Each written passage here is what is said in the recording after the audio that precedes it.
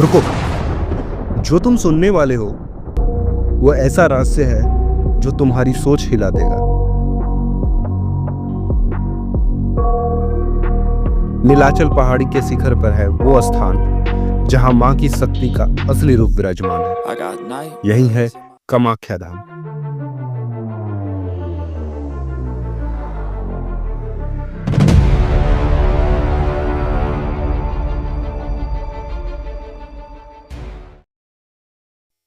नमस्कार दोस्तों, मैं हूं आपका दोस्त आकाश। स्वागत है आपका आकाश की जर्नी में। दोस्तों, यहाँ कोई मूर्ति नहीं, कोई प्रतिमा नहीं, सिर्फ एक कुंड है जिसमें फूलों से सजा हुआ एक प्राकृतिक पत्थर है। यही पत्थर मां की शक्ति का प्रतीक माना जाता है। कहा जाता है कि सती मां की योनि यहीं गिरी थी और तभी से ये स्थान महाशक्तिपीठ कहलाने लगा। दोस्तों, पुराणों के अनुसार जब सती माता का शरीर भगवान विष्णु के सुदर्शन चक्र से विभिन्न भागों में कटा था तो उसके अलग अलग अंग धरती पर गिरे थे और जहां जहां वो अंग गिरे वहां शक्तिपीठ बने। और मां कामाख्या वही स्थान है जहां स्त्री शक्ति का उद्गम हुआ। यही कारण है कि तांत्रिक साधना करने वाले यहाँ विशेष रूप से आते हैं। खासकर अंबुबाची मेले में यहाँ लाखों श्रद्धालु पहुंचते हैं।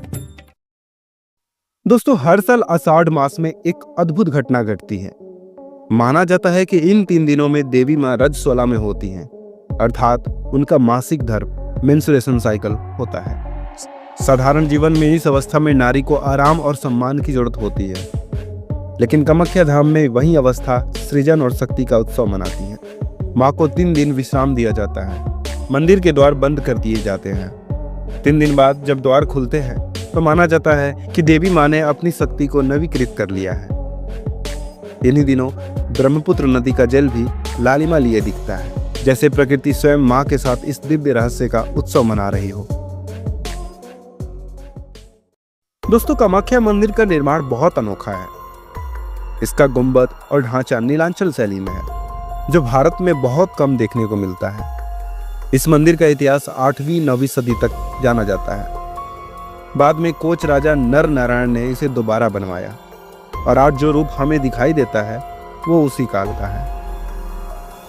सबसे खास बात, मुख्य मंदिर के चारों ओर 10 महाविद्याओं के मंदिर बने हैं, जिनमें मां बगलामुखी भी शामिल है। दोस्तों, कहा जाता है मंदिर के नीचे एक गुप्त गुफा है जहां से देवी का पवित्र जल बहता है। भक्त मानते हैं कि वह स्थान है जहां से मां की शक्ति पूरे जगत में फैलती है।